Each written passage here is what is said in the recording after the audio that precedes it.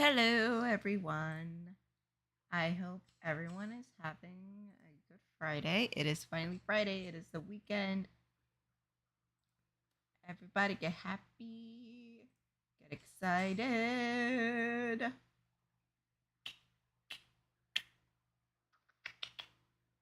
Um, so I got a commission to do. So I'm going to be working on that. I'm going to be playing some music. And hang on.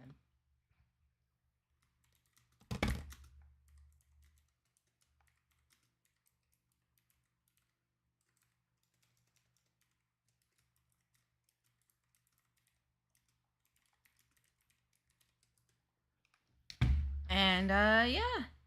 Plus, there's some things that have been on my mind that now I immediately forgot. Fuck me, never mind. Never mind. Never mind. Fuck. Fuck. Now I remember. Yeah.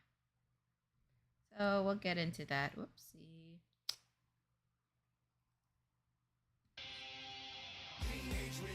Oh, that's loud. Hopefully I won't get flagged for playing the fucking Ninja Turtles soundtrack. Because I actually love this soundtrack and I didn't want to listen to anything else at the moment.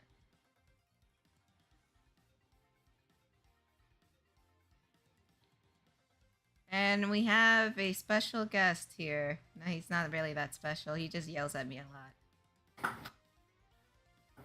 I was gonna say I'm not that special, but since you said it, I'm fucking special. Yeah, special. I mean, you said it, not me. No, you said it. What do you mean? You said it. I had to process that. Holy.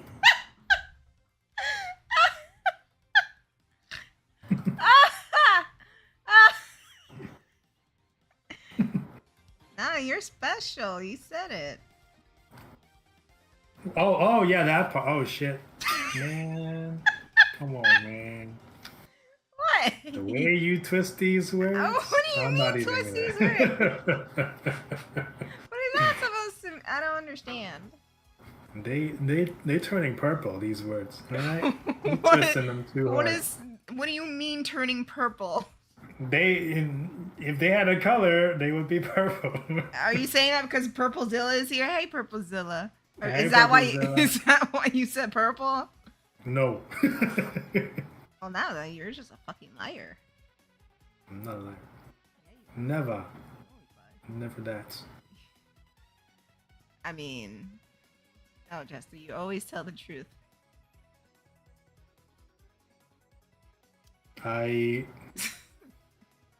When it counts, yes. Oh, yeah, when it counts. Got it. Yes. So you are a liar. When I say when it counts, I don't mean like when numbers are involved, because that's not the case usually. And this is a guy who works with numbers. Because I can't count. Yeah, works with volunteers at same thing. It doesn't, it's whatever. Volunteers, quote unquote. Is that what they call it? That is what they call it. That is. I wonder. You know what? I shouldn't say it because work related. But yeah. I mean, if you want to dox yourself, go ahead. Nah, it's cool. It's cool. Sure, you're free to dox your own self. It's not my problem. Never. Oh, I hope your mom's okay, Purplezilla. Mm-hmm. Boy. Indeed. Don't expect comfort from Jester. I mean, I can be comforting if I want to be. When it counts.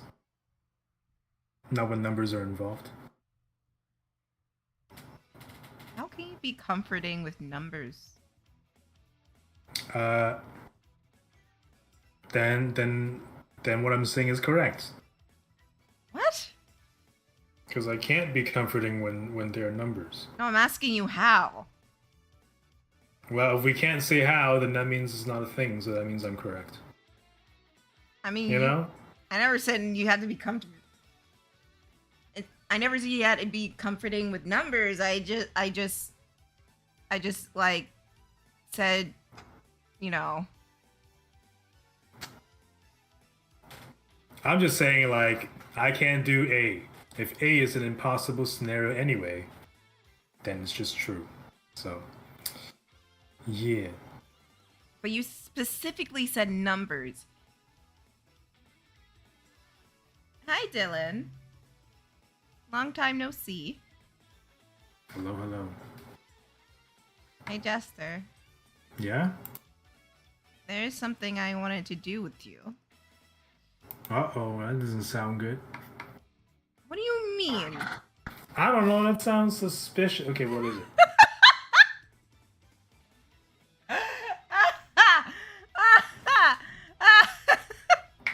I need details. Are you going to let me give you the details? Yes, proceed. I'm going to give you 2 characters. You're going to tell me which one would win in a fight and why. And the chat can get on and get in this debate as well. Bro, I am always okay. You know how Jackie Chan says? Stop it. Jackie always okay? You're not Jackie Chan. No. I'm the younger version. So I'm even more okay. Somehow, despite Jackie Chan being older than you, he looks younger than you. No way, ain't no way. He's like in his 60s. I look like a baby. I wouldn't say baby. I look like a toddler. I wouldn't go that far and say baby. Youthful. I mean, you look something. I look like I'm in my 20s. I look like Gen Alpha. Is it Gen Alpha now? I don't know. Gen Brain Rot. Anyways, I'm gonna give you 2 characters. Chat can get this into as well, because I'm just curious, because you, sir, are a huge debater. Do I know these characters? Maybe. Okay. I'm gonna get it from the Death Battle wiki, not the wiki. Oh man. Reddit. I don't know if they're believable though. I Like, read what it. if- The Reddit. Like, it's all subjective, really. Bitch.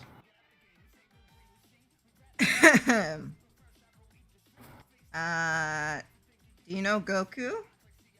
Yes. Which version? Just yes and no. Do you know him Goku? up to like the late 90s. Do you know Omni-Man? What? Omni-Man. Let me look him up. Is this the mustache guy? Oh, it is the mustache guy. I don't know him though. I've only I know of him. I don't know. I've never seen him in action. You never seen him? Okay. Yeah. Better yet, what have you seen? That's a better question. Bruh, that's Or that's like saying tell me everything you know. Where the hell do I start? I don't know. Let me think. Just better to just name them and then I'll be like yes, no, yes, no. Okay. So how about this? We got your fucking favorite cleric, Shadowheart. Shadowheart? Yeah, we got Shadowheart. God's favorite princess? Okay. Yeah, the God's favorite. The God's favorite princess, and we got. Let's see. Yeah, but also I want to change my Dark Justiciar Shadowheart to a rogue now, because she operates well in shadows. So might as well, right? I think maybe. Just because her name is Shadowheart, that's kind of because she gets shadow buffs. So I might as well have her. Because her name is Shadowheart. Oh my gosh, you make her a heart character. How about that? How you like that? Okay. I'm trying to think. About shut the fuck up. Who would it be good to go against Shadowheart? Her other favorite princess, Lae'zel. You know what? I don't know. I think in that case, Lae'zel wins. Of course, Lae'zel wins. No, not Lae'zel. I'm trying to think. It's everyone's favorite person. Aww, thank you. And yeah, Jester's here also. Wow. Oh. You know what? For some people, I'm their favorite person. You're not even your mom's favorite person. That is, you know what? I'm not even gonna argue it because I feel like it's rude to argue that.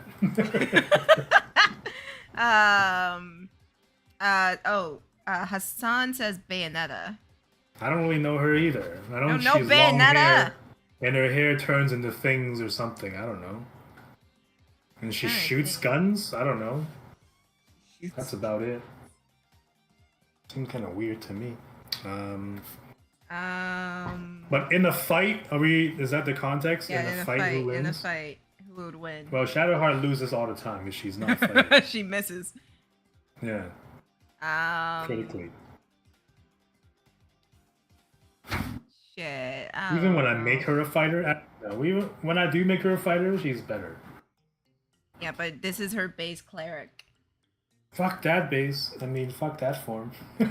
She has to be a cleric. She can't change classes. I finally saw her new hairstyle. And I didn't catch it at first. I'm like, is it the color? No, it's not. It is the bangs. You told me to. I told you. The bangs are stupid. If you didn't say anything, I'd be like, there's no change. What the fuck is it talking about? I'm glad you remember my words because I wasn't there. I was watching movies. I see. Trying to think. Okay, Shadowheart, and do you know Wonder Girl? Isn't she like Captain Marvel-ish? But not quite. Wonder Girl's from DC. Is the controversial one with the hole in the chest. That's Power Girl. What? Who's Wonder Girl? What? Not Power Girl is oh my god. Oh, is Wonder Woman Jr.? Is that it? Yes. I've never seen it. There's what's her name? Stephanie Brown? Stephanie something Wonder Girl. And then there's Donna Troy, Wonder Girl. I would know their aliases even less if I've never heard of Wonder Girl. Okay. I mean, I think I've heard of Wonder Girl, but I just don't know anything about her. Is she just basically Amazon with perhaps less power? I don't know if it's even less. Could be more. Than Wonder Woman? No, she's pretty on par with a Wonder Woman. Like a Gohan at one point was better than Goku? I don't know. I don't think Gohan was ever better than Goku. He was in the Cell fight. When Goku gave up, it was like, alright, Gohan, it's your turn. You can kill him. And he did. What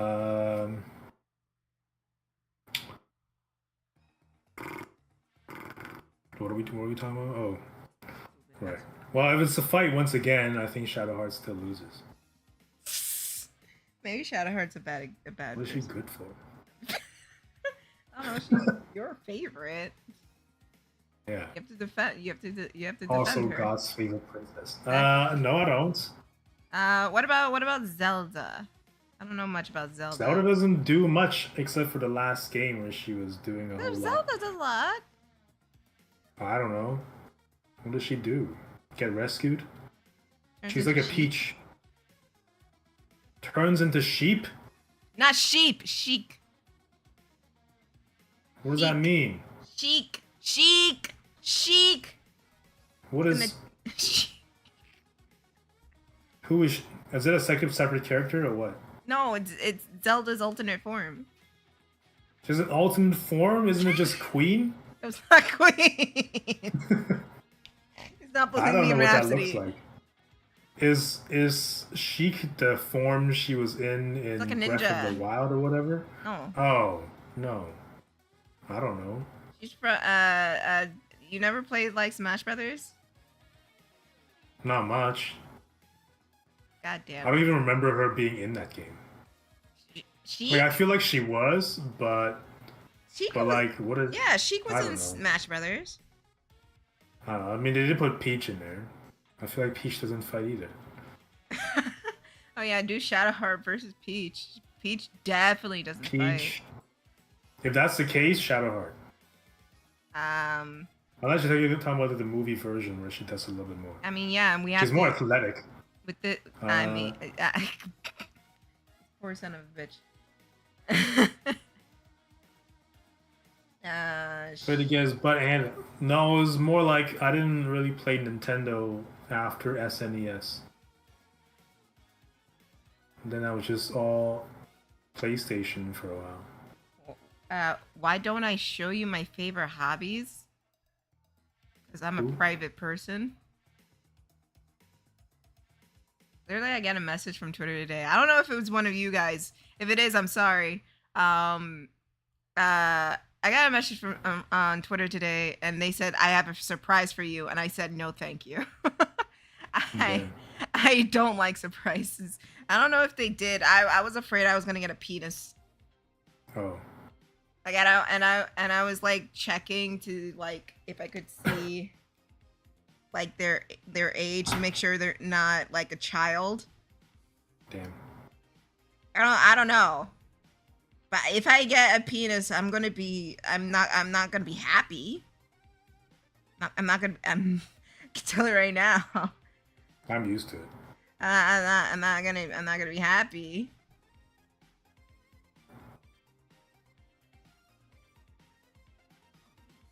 Okay, it's not a penis.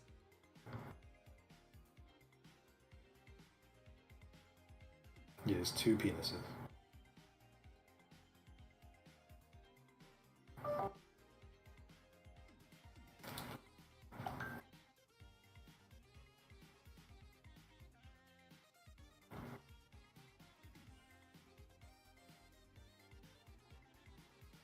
Okay. Let me think. Guys, can you? Do you know Power Rangers? Like the first 2 versions, the American ones. Okay. Let's do Mighty Morphin then. Is that the only one? No. There's like Dino ones, I think, right? Yeah, but I thought they were all still just Mighty Morphin. I don't know. No, there have been like 20 plus versions of Power Rangers. Oh. But we'll take the original Mighty Morphin Power Rangers. I like how originally in Japan, like none of them are related. And then America's like, well, let's combine these different IPs into one thing. Sure. Let me think. Okay, we're gonna take Iron Man. Yeah? Okay. And we're gonna take the Green Ranger, Tommy. Well, Iron Man's gotta win it, I think. Because Green Ranger has all his powers given to him, basically. Whereas Iron Man is at least self-sufficient to an extent. Even though they both use suits and whatever. Like, I feel like Green Ranger, like, if something breaks in his green dragon thing, he'd be like, I need to call a mechanic. So Whoa, are you saying fucking if the fucking Zord gets broken? Yeah. They call a mechanic.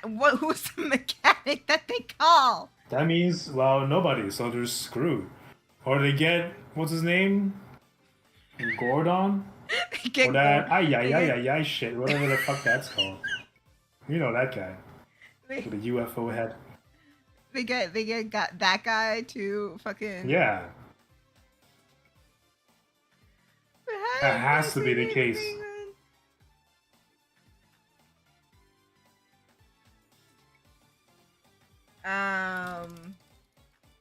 Like all he has is lasers, and all Tommy has is his dagger flute.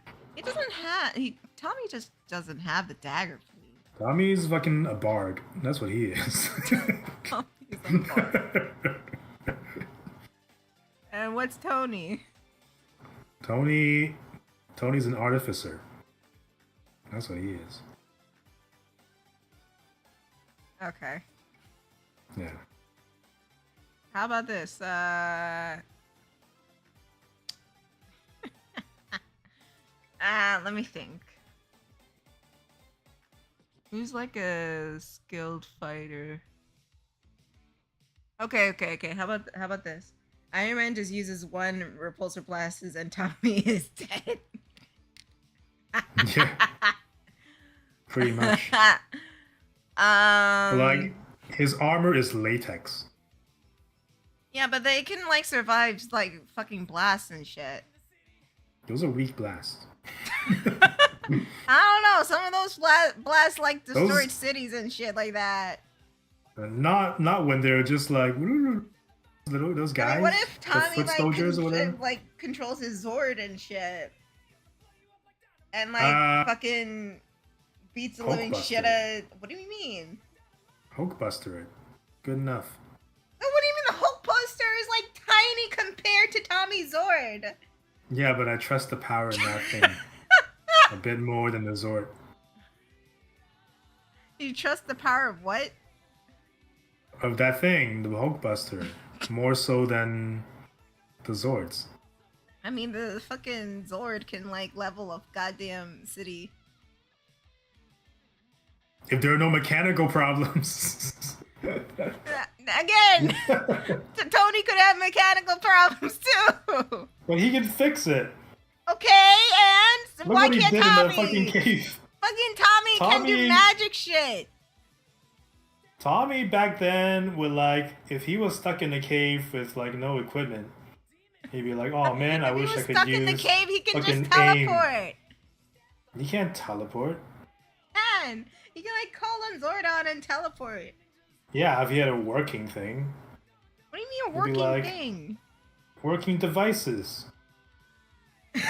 Whereas Tony just used scraps, and he could do something. Tommy would be like, at least give me a flute to pass time while he's captured. A flute to pass time. Oh yeah, definitely. He just needs to flute. Because he can't survive without the fucking flute. It's not like he lost the flute in the series at all. I vaguely remember he was like the most emo one. He's always like fake dying. Like, get over yourself. Get over yourself? What does that mean? He's always like, oh no, I'm done. And there's like, oh, jokes, I'm back. Yeah, I'm pretty sure Tommy also has a shield that can like protect him from blasts. Since when? I don't remember his shield. It's always been there. I don't remember it. I'm not gonna say it didn't happen. It's part of his design. What do you think the gold thing on his chest is? Oh, that thing. I thought I'm thinking Captain America type of shield. No, it's not. Yeah, see, like he's the only one who needs extra protection. He's not even because he could pass it to somebody else. I remember that. Yeah, he can. Chest to chest. There was like, an episode where he and Jason had to work together, and he passed on his shield to Jason. But it's also like, yo, when the other Rangers realize that, it's like, Gordon, like, why don't you give everybody shields? How come only that guy has it? He keeps quitting. because he didn't get his powers from Zordon originally. He got it from Rita. Oh yeah, it's Zordon, not Gordon. Why are you calling him Gordon? Who's Gordon? I feel like there's a Gordon. Is it that mechanical thing, the robot guy? No. Let me look it up. Mighty Morphin Gordon. I don't think it's. Oh, it is Zordon. I told you it's Zordon. Why is it two? Because Tony is just using his basic suit and can maneuver the Zord. Yeah, Tony also has a shield depending on his suit, or force fields more so. Yeah, but Tommy. Tommy's cool. Tommy So has his like epic fucking thing. Tony's cool. Tony. Tommy needs more drinking problems. Then he's just less cool. He's already in like a fucking battle for Kimberly's heart. Yo, I'm using valid points. I don't know what you're talking about, Night Rider. These are very valid. Except don't ignore the last comment about the drinking problems. About the oh no, I feel like that would make it worse for Tony. If he had less drinking problems. No, if it had more drinking problems. No, I said Tommy needs some to be on Tony's level. Tommy's a teenager. He looks like a 30-year-old man. All right. Shut up! That's a production secret, sir. Shut the fuck up. Those are all fully grown people. Yeah. Okay. Random acrobats. I feel like none of them hung out in the same social. Tommy's like 30. Listen, that is a they're all 30. But that is a production secret. No secret. They are teenagers, quote unquote. I remember there was, I don't know if it actually came out, but there was at least a trailer where they were unofficially bringing back all these like Power Rangers, but they weren't like officially Power Rangers. And that guy Tommy was in it, whatever his real name was. Oh yeah. And that was kind of cool, but never Billy came looked to light. 40. I mean, he may have been 40. Billy was bullied. On and off set, I feel. Oh like. yeah, he was because he was gay. Yeah. Billy was definitely 40. Billy was a supply teacher. Okay. Jester. Yes. Do you know Sailor Moon? Kind of. Okay. I know the main ones more than I do the other ones. Okay, we're gonna concentrate on the main ones. Okay. Fucking fruit fly. So. Okay. So we got Billy, Blue Ranger Billy, and Sailor Mercury. Okay. Now a better matchup would be Tommy versus Robin. Ooh. That would be. But which Robin? Which, yeah. Yeah, which Robin? Are we talking like Dick Grayson Robin, Jason Todd Robin, Tim Drake Robin, or Damian Wayne Robin, Stephanie Brown Robin? The other one, I'll remember. You say Stephanie Brown was Wonder Girl? Oh wait, no, fuck. I know, but they're like two Stephanies are named. Yeah. One is a Wonder Girl, and another one was a Robin, but then she became Spoiler. I don't remember. Became Spoiler, as in you're not saying it? No. Or that's actually her name. That's the actual name. What Right. the hell? Did she like ride behind a car or something? I don't fucking know. She was in the Kite Man show. I know that. If it probably Tim or Damien, I think Damien would be a better matchup for Green Ranger. I don't know. Anyways, so yeah, next one, Blue Ranger Billy and Amy/Ami Sailor Mercury. They're both blue, so it's a tie. What the fuck do you mean? I mean, I feel like guys shouldn't be hitting a girl like that anyway. They do it in Death Battle all the fucking time. They killed Captain Marvel so many fucking times, and I enjoyed every fucking second of it. Anyways, yeah. I feel like the fans did Brie Larson wrong. I feel bad for her. You know. You know, I was watching the Marvels last night, and it was good. Actually, it was during the day, during work. But anyone in the Sailor Squad wins because they have magical girlfriends and laser. But like Friendship fucking. laser. Are we talking about one-on-one? Yeah, 1-on-1. Fucking Billy versus Sailor Mercury. Uh, They're in what was Billy's weapon? A key or something? No. It's not Sora. I'm thinking Sora. It's not Sora. What was it though? I feel like he was using something. They all have different weapons. I know Zach was using an axe. I think Jason had like a short sword type of thing. Yeah, Jason Maybe had. it was just I think Jason had not a short sword. Jason had a long sword. Oh. It seems short to me. And then who else had what? Billy might have used a bat. No, not a bat, but like a stick, a staff. A staff, you mean? Maybe. Like Donatello? Yeah, like Leonard. Or was Leonard? Oh, he used a trident. Oh. Now like look it up. Google it. You're allowed to use Google. I guess. Google again. Who is better? Don't Google always. that. Blue Ranger Billy weapon. What? Billy Cranston. What a nerd. Damn. Let me see weapons. I don't see weapons. I will say, Sailor Mercury does have like the ability to control water, kind of. Sailor Mercury? Yeah. What can Billy do? Study? He's very smart. He can like make inventions and shit like that. See, he can probably fix a Zord. Maybe. So they probably called Billy to fix a Zord. So Yeah, fucking Billy can use the Zord to like fucking crush her or something. He's like a full ranger, but a behind the scenes guy. I mean, they did make him that in like Zeo. I need to see what his weapon is. It's not showing up. Yeah, I know. Yeah, but she's not Katara.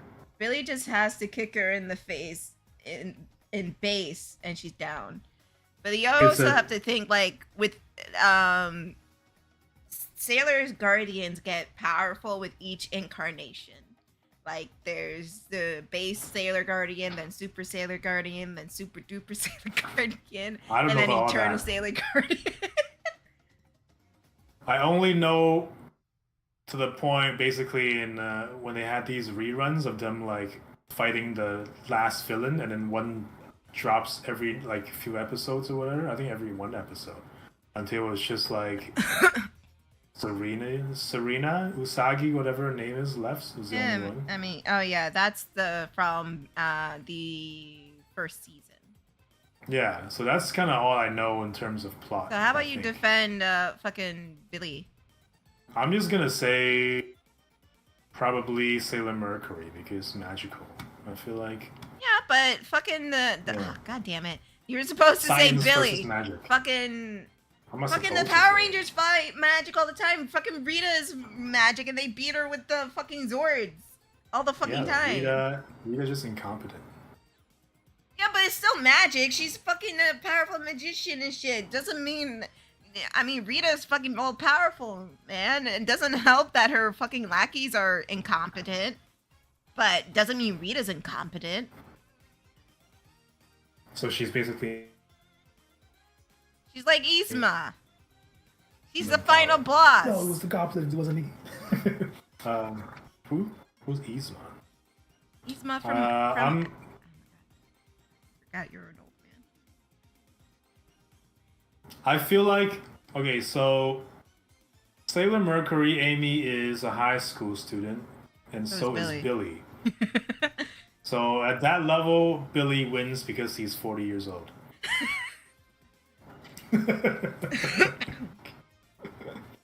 If Rita was smart, the Rangers would be dead. Even Zed said she was stupid. Damn. Get the Rangers saying Sailor Guardian mess out of here. The Rangers gave her life purpose. If nobody stopped her, she'd be like, oh. Then she'll just conquer Earth. Yeah, but it's no fun without resistance. Not to her. She'll just keep going. It's not like she like killed the Rangers and brought them back to life. It's like old people having a part-time job just to keep them going, you know? And that's what the Rangers were to her. I think, you know, I'm still gonna say Sailor Mercury. She was, I think from the original 5, she was my favorite. final answer. You thought I was gonna say the redhead. What redhead? Sailor Mars. She was Wasn't she not not a a redhead? no. She had like a reddish undertone to her hair. Her hair was violet. it The fuck purple? you mean? Oh, it was kind of purple, yeah. Stupid asshole. It's like you twisted her hair and turned purple. I don't No think. redhead? No, I don't think so. They should have made Jupiter. No, not Jupiter. What's her name? What was the Venus? first one revealed? Venus, yeah. The first So one we only have two revealed was blondes? fucking Mercury. Was it Venus? No, it wasn't. Or It was the Moon. blonde one. Moon. No, it wasn't Moon. It was the other one. What other Because I remember one? in the cartoons, Serena was like, "Oh, like this is so cool. It's like Sailor blah blah blah." And Sailor then V. yeah. So it's Sailor Venus, right? Yeah. And then she found out she was a Sailor Moon. So in the show, that's what I meant. Like the first one, like It wasn't. Publicly She wasn't known. revealed, but she was like. but this hinted Sailor at. V character was known first to the public before Sailor Moon. Is what I'm trying to say. I mean, I guess, yeah. Yeah. Okay. Well, how about this one? Storm and Sailor Jupiter. I don't know if those Sailor whatevers have differences in powers, so I don't. It's just like one magical do. girl across the board. They do. I don't know though. I don't. Sailor Moon has the power of love and friendship. Sailor Mercury That's just a has Pokemon. water. Sailor Mars has fire. Sailor Venus is technically love. And Sailor Jupiter is lightning. Oh. Pika. And Storm. Yeah, well, Storm Storm from can show more X-Men. than just lightning. So Storm wins. And her hair is shorter. So that's better for combat. I mean, it depends because her hair is not always short. Even when it's long, I feel like Jupiter's hair is way longer. Maybe it's No. because it's like a straight line, almost. hell are you talking like about? a ponytail. Jupiter's hair is like in a long ponytail. Yeah, it's in a But- ponytail, but her hair is super curly. But What does Storm's her hair have is to do like with anything? voluminous. I'm just saying, like, if your hair is too long, it's not a good thing in the fight. Yeah, but it, Although it's crazy how she deals with so much like electricity and her hair is not fizzled up. It's not frizzy. Your hair is kinda yeah, frizzy. Storm wins. My hair? What? Who? What are we talking about? Jupiter? yes. Hold on. Sailor Jupiter. I spelled it like O-R, like it's janitor. Her hair is not that Hold on. I need more images. Have to analyze further. Yeah, okay, there's a little volume to it, I guess. I don't know why in my head it's like just straight, completely straight. But all these pictures I'm seeing, it's like wavy. Mandela effect. Let me think. I feel like I didn't like her back in the day because she was too tall. Wow. Back in the day, now I don't care. Tall girls are cool. You are an insecure short king, aren't you? I am. You are an insecure I don't short rep. king. I don't identify as short king. Mid king maybe. That sounds worse. You said it, not None of me. the above. I sure did. I take it back. Nah, no take backsies. Damn it.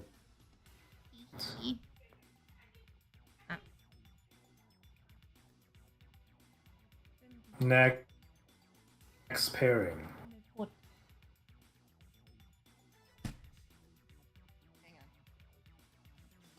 on. Yeah.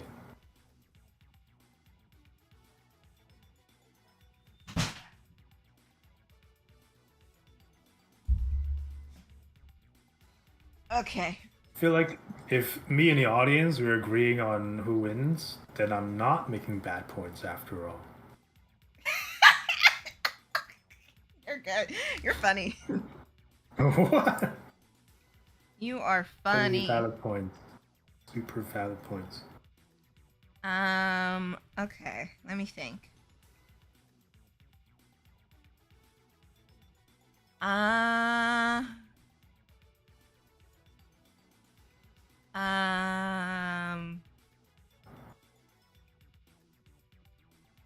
Okay. I'm thinking of what you know. What franchises do you know? I almost said Chainsaw Man, but I've been known to not remember a lot of the characters. Pokemon? I shouldn't say that either. All the human characters, I'm just like, I don't know. Oh no, we can do Pokemon. I don't know. At least the original 150. The thing with Pokemon is that it's very stat based, and I don't actually know much about stats. No, but you So can. people can be like, you'll be allowed to like look up the moves and stuff like that. So don't worry. that's too much work. I'm just saying like people can objectively argue me on this, and I wouldn't know, but I can give subjective opinions. That's about it. Have you? I have a thought about Sora versus Goku. And my DBZ BFF says who wins. What's y'all opinion? I mean, Goku was solo Sora. I'm sorry. I don't know much about Sora. Doesn't Sora just go around turning keys? Like I don't know. No, he. No. I don't know. No. He's like the Matrix key master. He's like fucking Cloud. He's like broken Disney Cloud. But I'm saying Goku because Goku's just broken in itself. He when he was fighting Beerus, they punched so hard it sent shockwaves through the entire universe. Goku? Yes, when he was fighting Beerus. Literally a god of destruction. Literally I don't know why I said Italian. That's Egyptian. Stupid asshole. Yeah. Stupid assholes. That's cool. I don't know any of that storyline. And it's from when it's just shit I see on Reddit a lot.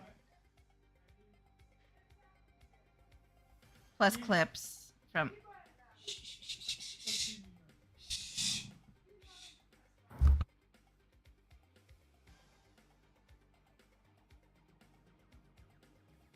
What else was I gonna say? I feel like anybody who uses weapons and relies on them just loses to Goku. No, like Goku's like too OP. Yeah. Chops building in half, it reflects lasers, defeats interdimensional threats. Not even Kirby level up there, but I think I still say Goku. Yeah, Goku can do all those things. No, Sora can do all those things, and I don't doubt it. I don't think he's on the same power scale as Goku. I don't think anyone other than Superman is on the same power scale as Goku. Maybe One Punch Man. Could be that. Oh, you know Saitama? Me? Do I know? Yeah, Saitama. Yeah. Okay, so what about? I think that's a better matchup. Saitama versus maybe Superman. I don't know if we have seen Saitama's weakness yet, whereas Superman has one. So, and we haven't really seen the guy lose either. Well, to be fair, we haven't seen Saitama full power at all. Yeah. Like. What was it from those videos? They said he lost to somebody. I don't remember who it was. He lost to Popeye. Oh yeah, that's kind of crazy. Mostly because Popeye has the Toon Force. Well, Toon Law, Toon Force.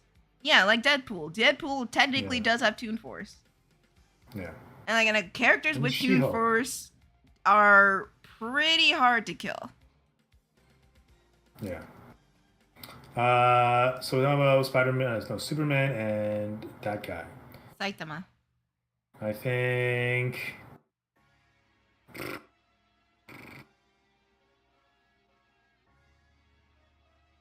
probably Saitama can do what Superman can to an extent. Physically, I think he can, but he can't shoot lasers. He can't. No, he can't shoot lasers, and he can't fly. I don't think. I don't know if he needs to though. I mean, maybe, but he'll be able to like leap up like really high, but I feel like he's jumped from planets before. Yes, he has. So, but he's not able to how fly. How much farther do you need to? Yeah. He's not able to shoot lasers. However, he is fast enough to dodge them. So also, like, in a fight, I don't think you need to jump. No, sorry, jump. You don't need to fly farther to be a better fighter, because like that just means you can escape better. No, I'm not saying you need to fly. I'm just saying what they can do. Oh, yeah. So I think like, Superman has this bullshit. I still hate this. Superman has this sun form where he can absorb the sun's rays and energies to be a god, basically. Oh. But again, the red sun. No, that's a different story. But that's why.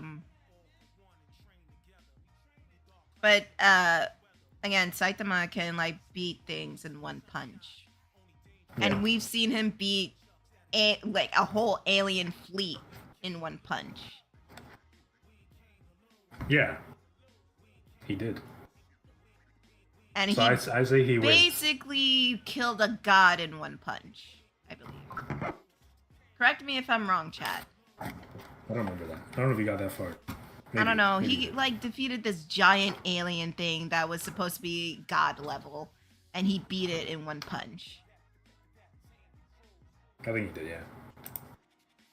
So if you ask me, personally, I would probably give it to Saitama. Yeah.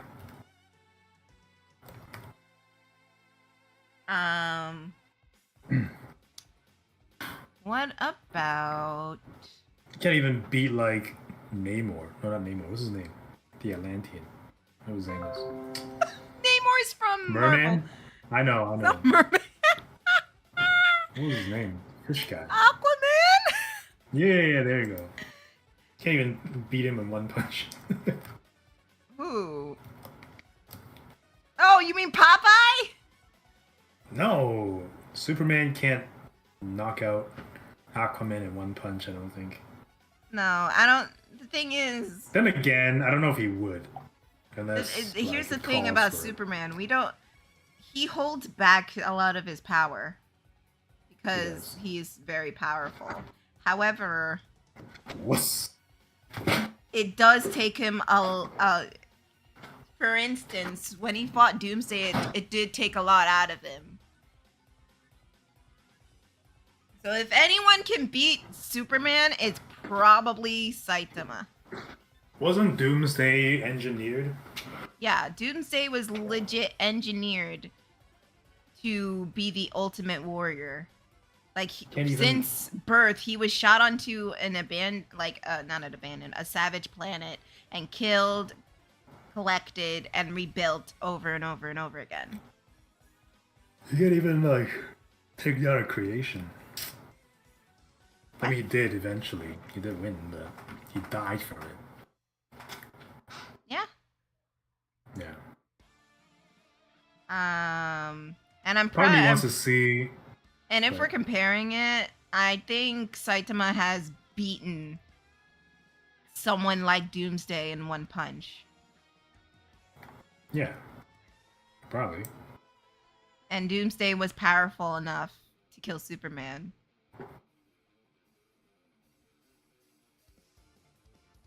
And the thing is, also, like, I know Death Battle said, oh, but he lost to Popeye. Popeye is a whole different thing in itself because of Tune Force. Superman does not have Tune Force, unfortunately. While, like, characters like fucking Popeye and SpongeBob do.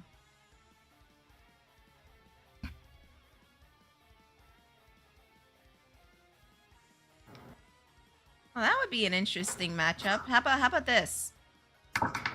Like Aquaman and Storm from X-Men.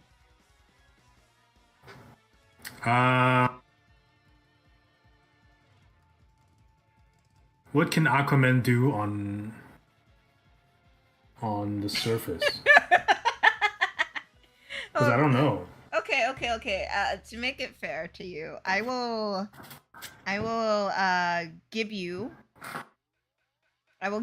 a brief overview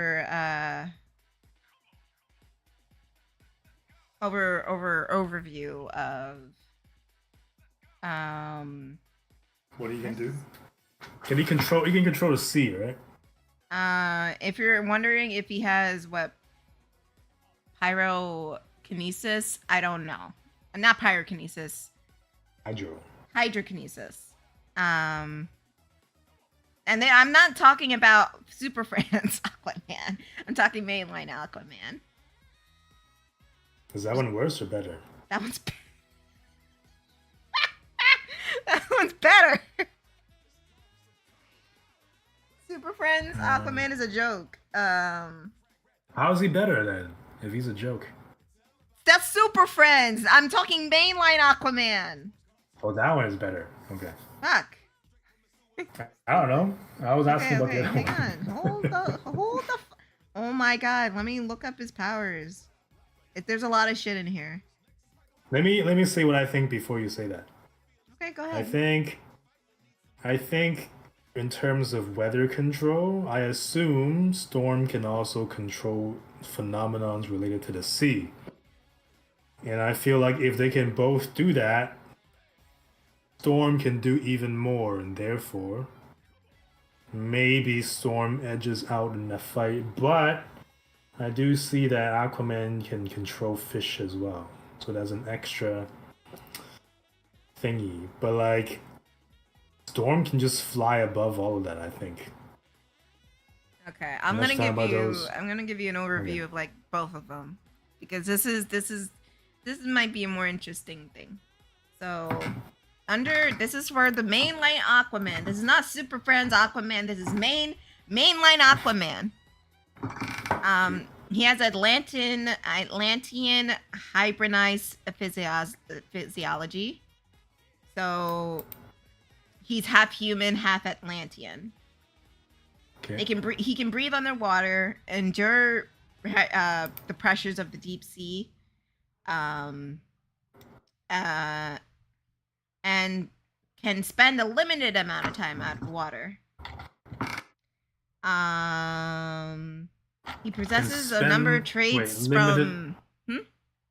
You say can spend limited amount of can time only in spend water? a very limited amount of time out of water. However, due to whether Aquaman's hybrid nature or his royal heritage, he possesses a number of traits from his mother's side that other of the species do not. For instance, he can spend an elongated time on dry land with little ill effect, and is shown to be 20 to 50 times stronger, faster, and tougher than compared to other people on dry land. So he's not really like a fish, he's more like a frog. Huh? It says here, it's like, so akin to other amphibian life, his ability to not only function indefinitely within water but easily to withstand the crushing depths of the ocean, as well as harsh environments of the sea itself. These powers make Arthur among the strong Atlantean superhuman. Why is he more like a dog? I said a frog. Oh, I was confused. Storm. Final answer. You want. I'm not done yet. I've heard enough. He has superhuman durability, so he can resist at least small firearms and minor energy injuries. He can survive an RPG blowing in the face, and of course, he can withstand the pressures of the ocean deep.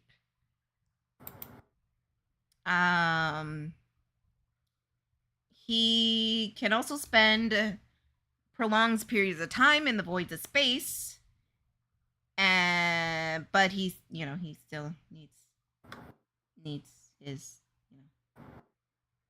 to breathe. But he can survive space. He can survive space. He can survive space. I've been tuning out some of these descriptions. I'm still sticking with Storm. To pay attention, it's important. He has energy and heat resistance. Of course, stamina, and he has super hearing and supervision, and superhuman reflexes, as well as super speed. So he can travel up to the speeds of Mach 5. So 5 Are you trying to times. get me to say Aquaman? Because No, I'm just giving you an overview so you can compare and contrast. He could, oh my god. Can you shut the fuck up? I get it. And I'm not saying I disagree with you. I'm just saying look at all the facts first, bitch. Okay. Okay, so he can basically he can swim 5 times faster than the speed of light. I mean, water's gonna be there. If Aquaman can get Storm into the water, then he has the advantage. But I think she's able to probably. Hold on. Let me at least finish. Let me cook. Jesus. Cook away. He has superhuman strength, which he can knock out Superman and Wonder Woman with a single blow, one punch. He can't kill them with one punch like Saitama, but he's also lifted a 160,000-ton sea lander with his bare hands. He's resistant to magic. And he has magical abilities. Which he resists. Yeah.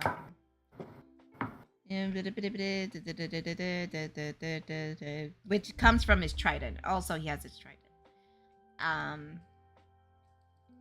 Of course, he has marine telepathy, which he can call upon fish to help him. Or sea animals. Not seeing hydrokinesis. So he can't control water, but he can control fish. He is skilled in hand-to-hand combat, swordsmanship, and of course, fishing. I think he can probably manipulate enough fish to impact the currents. I think a lot of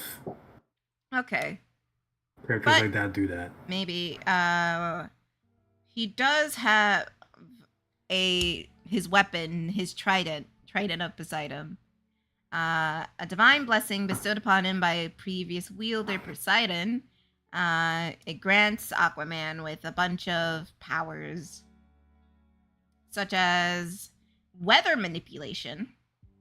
So with the trident in hand, Aquaman can control the storm and the rain and the thunder and the lightning. Electrokinesis, so he can summon lightning with the trident. Hydrokinesis. Wait, so cryokinesis. Is he better Storm then? This is when he has the trident. the stuff I was saying before, that's him at his base with no weapons. But he always has a trident. And this trident grants him these abilities. So he has hydrokinesis, electrokinesis, weather manipulation, cryokinesis, and he's resistant to magic, and it grants him the ability to fly. Hmm. So that's the overview for Aquaman, okay? Is that okay with you? I guess. Okay. If it's okay with you, I'll give you Storm's abilities. Okay, is that okay with you? I guess. Is that okay with you? Okay. Yeah. Okay. So Storm, come on. How annoying. They won't. I don't want to know. Shut the fuck up. Just because I mentioned the fucking trident, you started to get all butthurt. But we don't I'm gonna know. have to change we my don't answer know. Okay. Aquaman. Can you shut up? Jesus. Now, Storm is an Omega level mutant. Oh, okay, Storm. Good lord, let me finish. She, at her base, she's able to control the weather and atmosphere and considered one of the most powerful mutants in the universe. Storm's inherent raw power potential has been stated to be nigh infinite or even incalculable. Storm's So she's power like a dark is phoenix. Like a dark phoenix. she's basically a goddess. Okay. Much how like Aquaman is like the son of the god of the sea. Okay. Storm's power is also mystical in nature, owing her descent from a long line of sorceresses, which eventually facilitate her apotheosis into goddess throughout Wakanda. So she has atomokinesis, has most of the basically manipulate the weather. She can, from that, she also has like cryokinesis, electrokinesis, hydrokinesis, and airbending power. She can control the winds as well. All these nieces. Does here we she go. have nephews as well? Can you shut up? So basically she is resistant to telepathic abilities. What? Yeah. Seems random. Well, again, she's been around telepaths like Emma Frost, Professor X, and Jean Grey, so she just developed a resistance to it. That's why they befriend her, because they know they can't fight her. Yeah, but you know what? Right? You're fucking right. She has something called an Earth Link.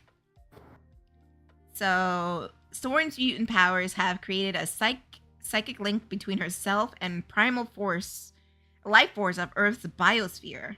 This bond with the Earth, apparently the entire universe, gives Storm spiritual and material substance with all empathic senses towards living things. Storm also possesses the ability to sense and detect life force, as she once sensed a dying tree in the X-Mansion. She has once sensed a snowball being tossed, and sensed the blackbird cutting the atmosphere, though the distance between them was thousands of miles. She can sense any phenomenon, including earthquakes, storms, etc., blizzards, avalanches, shit like that. She has thermal variance, so she can control her body temperature, which is, you know, she can. She also has energy vision. You know, pew pew pew pew pew pew pew. Storm can do that? Yeah. What even needs Cyclops then? Don't know. That's a very good question. It's almost as if Storm should be permanently leader of the X-Men and not be fucked over because Scotty Boy wanted to change his mind. Marvel. He's just one of her powers. What the hell? A manifestation. She also has magical abilities. She can use, you know, witchcraft. She is essentially a goddess. Some of her abilities, she's a master thief. So she's able to pick locks and pickpockets and very stealthy. Why does she know all that stuff? Probably from her youth. Oh yeah. Aurora, that's Storm's real name. Aurora, in her youth, was one of the most skillful thieves in the entire city of Cairo. So also she's an excellent combatant. She has weapons proficiency. Wait, Cairo, she's Italian? I mean Egyptian? Yes. Okay. Someone clip that for me. But that was a callback. Okay, that was a callback. Oh yeah, sure.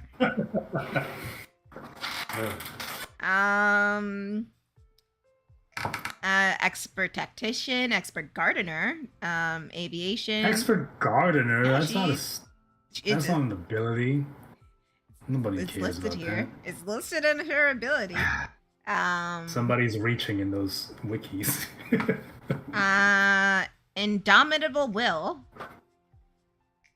That's just resistance to fucking telepathy. Anyway, however, she does have her weaknesses. She is claustrophobic. And that's I mean, if you count like if she has to keep her emotions in check. Right. She is while she is a goddess, her body is limited. Meaning like she spent hours trying to calm a blizzard in Canada.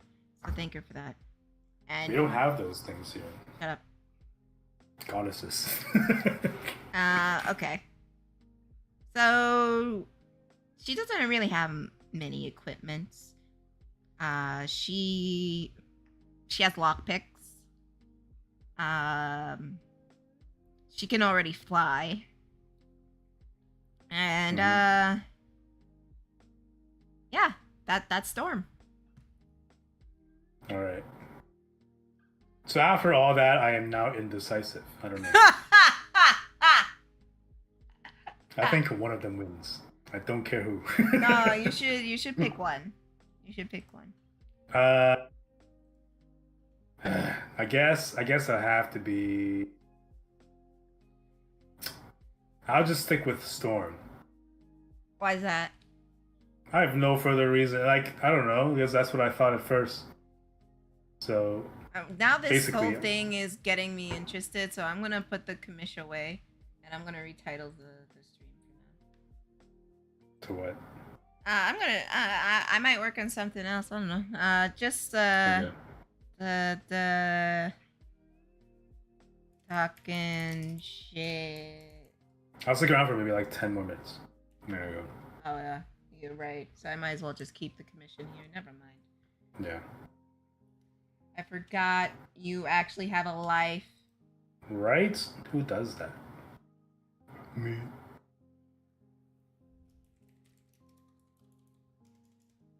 Jessica has an appointment. Wah, wah. You're want.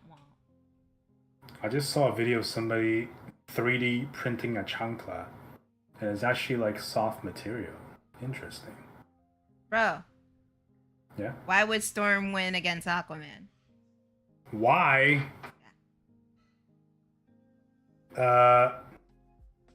Power of love? Wait, no, that's Sailor whatever. I just gave you Jupiter. I just gave you the Oh, whole thing. I gave you the I already whole said I fucking wasn't thing. listening. I don't know what you more weren't. you Oh want. my god. Why are you like this? Because it's too much info. I don't want to think. It's Friday afternoon. Evening, even. So?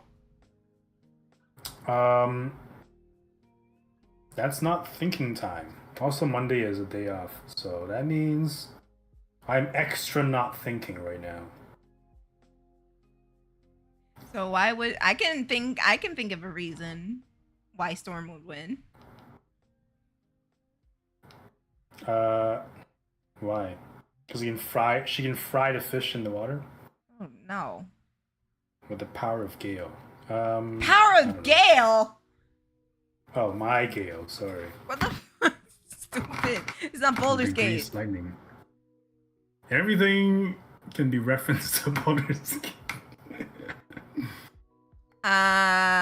Actually, Gale is a weather phenomenon, okay?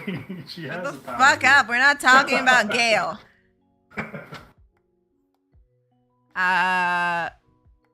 You know what's the deciding thing? What? Aquaman's trident. Yeah, she doesn't need one. Not only that, That she was- can steal it. Okay. That was kind of my argument for, what was it? Goku against anybody who uses weapons. Because he doesn't need weapons. Yeah, since Yeah. Aquaman can only do those things with the trident, Storm can, since she's a master thief, she can just easily steal it and use the power on herself.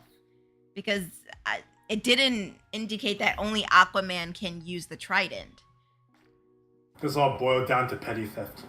Exactly. She can just. Come on, man. I mean, what do you mean? What do you mean? I'm helping you support your fucking argument here. I feel like I don't need any support because I already said she win and that was correct answer, final answer. I mean, it's done. not a correct answer. I'm just saying how she would win. You're just an idiot. Okay. That way. You're just stupid. No, wrong. Next one before I have to go. Okay. Since you want to talk about Gale so much. Gale. I said Gale as in the weather. And shut the fuck up. Gale and the Sorcerer Supreme himself, Doctor Strange. Gale loses, obviously. Even, okay, maybe if he becomes God, right? And then I think his snobbiness beats Doctor Strange's snobbiness. I don't know, bro. Fucking Doctor Sorcerer Strange Supreme. has. Which version are we talking about? Ow. Any? We're 'Cause I talking feel about like- all versions of Doctor Strange. Everything will be taken into account. I feel like the world-breaking one is pretty strong. Even though he lost to Captain Carter, which is kind of bullshit, I guess. I don't know. I don't remember actually what happened in that story. And that new character too in that show, the native one. Kohori? What was I gonna say? Yeah. What was I gonna say? I also thought when I first saw like trailers of that, I thought that was gonna be Miss Marvel's grandma. Got the entire ethnicity like wrong as hell. God damn, you're so dumb. I don't know, they were tanned. And you're not beating the racism accusations at all. Are you, buddy? Racism, it's ignorance. Still kind of racist. Totally different. It's totally different. No, it's still kind of different. Still kind of racist. Not gonna lie, got to hold you. Still kind of racist. Your indoor screams are so gurgly. Oh my god, somebody stop her right now. Okay, Sword of Supreme and Gale, who does nothing, sucks at introduction. Depending on how you build them. Loosen his arm. The fuck you Don't growl at By me. chance. What do you mean? His Oh my By god! He fucking haven't had chopped that off happen his yet. whole arm, bro. I can't even remember if that happens by chance, actually. I'm sure it Yeah. could, right? Just difficult to do it. I mean, if it happens, that if you fail that roll, I'm pretty sure he dies. Yeah. Because he needs his arm somehow. No, because he's just a little weak BBG. Right? Let's get a new one. But Wow. I also found that apparently if you just play the game without any followers with you, then you have like monologues with recorded lines. So that's kind of interesting. Maybe you should do that. Maybe. Did you also know you don't have to fight Yerger? I didn't know that. Yerger? No, you can sneak in Yeah. and grab the gem. No, but you can talk to him and he gives you a quest. Oh yeah, you have to like find out about the deal with Raphael. I got You that. gotta- Yeah, I got that quest. Yeah, I didn't do that. Neither did I. But I did think talk to I him. heard, I don't know for sure, but I think it comes at the cost of losing Astarion if you help him. Yeah. What I So, did is not I a good choice. said I was going to help him. Hi, Luffy. Yeah. Hi, Luffy. I'm just working on a commission. I said I was gonna help him, and then I turned his little cat thingy against him. Displacer Beast? Yeah, Damn. his He little must have had displacer Halsin. beast. Actually, no, Halsin doesn't even, like, help at that stage. He could. Can he? You can tag along at that point? I don't remember. Oh, because you just gotta do the Thaniel thing, right? First. Yeah. Also, I think my Jaheira is going to be safe because I can't bring her out to the final battles. It's actually easier to fight those people when you pretend to be an absolutist first. Actually, no. When you kill Night Song, it's a lot easier to fight that battle because they're more dispersed. But anyway, Doctor Strange, final answer. Just because he's actually useful. Just because. In a way, they're both simps though, because he simps for what's her name, the doctor, Christine. Yeah, he's like the Phantom of the Opera. Yeah. Christine. Oh my god, you know the Phantom of the Opera! Yes. Jester knows Phantom! Alright, now we gotta match up the Phantom and Hugh Jackman from Les Miserables. The Phantom, final answer. I mean, I Hugh don't Jackman, know. because Hugh Jackman is Compare Hugh them. Jackman. Yes. How dare you? How dare you? How dare you? How come is this Sonic? Who are you drawing? This is not a Sonic. commission. No, this is a commission. Oh. Shut up. How come his thumb is under the other fingers? How about you shut the fuck up? He's holding something. I'm just okay. Leave me alone. Left alone. I mean, honestly, I gotta leave you alone now anyway, because I gotta go. Where are you So- going, even? Every Friday is the same shit for me. Don't spend too much money. $25. That's your limit. If you go over your That's- limit, if you go that's over your the limit, minimum. if you go over your limit, I'm saying it right now. If you go over your limit, you owe me chicken nuggets. No. Yeah. I can't do that. I Yeah. have enough. Yeah. I Yeah. even got it. If you spend over $25, you owe me chicken nuggets. The chat is here to witness. I ain't got it on me. Oh, that's too Chat, bad. look away. No. Nobody clipped that. Someone clip that. Someone clip that. And 2021. post it on twitter.com. Damn it. No. If Jester spends more than $20 at the fucking magic card place, He owes me chicken nuggets. You can't get out of it. I'm not gonna. I don't think I will anyway. So. Yeah, you keep saying that, but you always do. You always come back and say, "Oh, guys, I made a mistake. I spent like $75." That's when I had like slightly more money to be like. Now I'm just like, oh shit, I can't spend it. Oh yeah, sure. Either way, I chuckle, but I chuckle in sadness.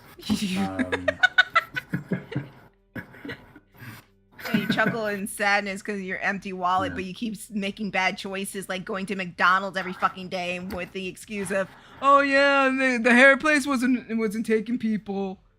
Yeah, it really wasn't. Just because I went today doesn't mean I'm making this a habit. Okay. Like you didn't have to go though. You could have just went straight back home. Don't make the excuse. Yeah. I even had McDonald's at home, but in the form of curry rice, and I just didn't. Yeah. I don't know why I've made batched meals. I don't know. You see what I mean? There. I was out there already, okay? No, don't make that excuse. You had food at home. You had batch food at home, but you decided it was a good idea just to go out anyways. Yeah. Home doesn't have McFlurries. Shut the fuck up. You're a weak bitch. Just a little bit. A lot of it. But yeah. Okay. Don't snap at me. I was snatching. Don't snap at me, bitch. I was just like, snap at me. No, I was scrubbing dust and dirt from my keyboard, and my fingers were just flicking. I thought you were snapping. Not at you. I said not. I did snap, but it's a coincidental snap. I thought you were snapping at me like, bitch, hurry up, stop talking, I gotta go. I'll be like, I gotta go. I was about to pull an Angela and fucking fly over there and announce and destroy your shit. Who the hell is Angela? From 90 Day Fiance. I knew it was from there, but I just didn't know. I still don't know, but anyway. So you do know, but you don't know, but you do know, but you don't know. I assumed it was from that. I assumed that was a reference, but I don't know who she is. She's the Have we talked about her before? Yes. I wasn't paying attention. I know you weren't. She's the most toxic person in existence, and she doesn't deserve nice things. What about Ed? What about Ed? Isn't he more toxic? They're both just as toxic. Ed is more verbally manipulative, and Angela's just a physical abuser. Damn. I said what I said. If she wants to come at me, we can meet up in New York. Damn. I don't give a fuck. I'll beat up an old lady. Anyways, off I go. Off you go. Off I go. Off you go. Have a good one, everybody. Remember our deal. I have forgotten it. More than $25, you owe me chicken nuggets. Hey. I'm gonna get myself chicken nuggets. Shit. Nope. If I do, what sauce do you pick? Huh? There's only one right answer. What sauce do you pick with your chicken nuggets? Sweet and sour sauce. Hell no, I'm out of here. The fuck you mean? You had sweet and sour sauce. I saw you having sweet and sour sauce, you stupid son of a bitch. Don't fucking play with me. Only because my number one choice was also there in the same meal. Mustard first, hot mustard, and then sweet and sour. Sure, but I wouldn't pick that as number one. That's all I'm saying. It's not bad, but it's not like number one. Anyway, off I go. See y'all. Remember our deal. Goodbye. Goodbye.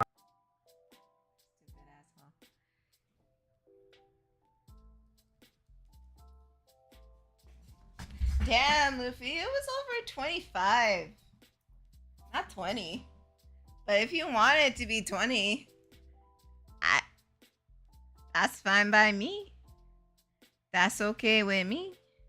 That's okay with me. That's okay with me.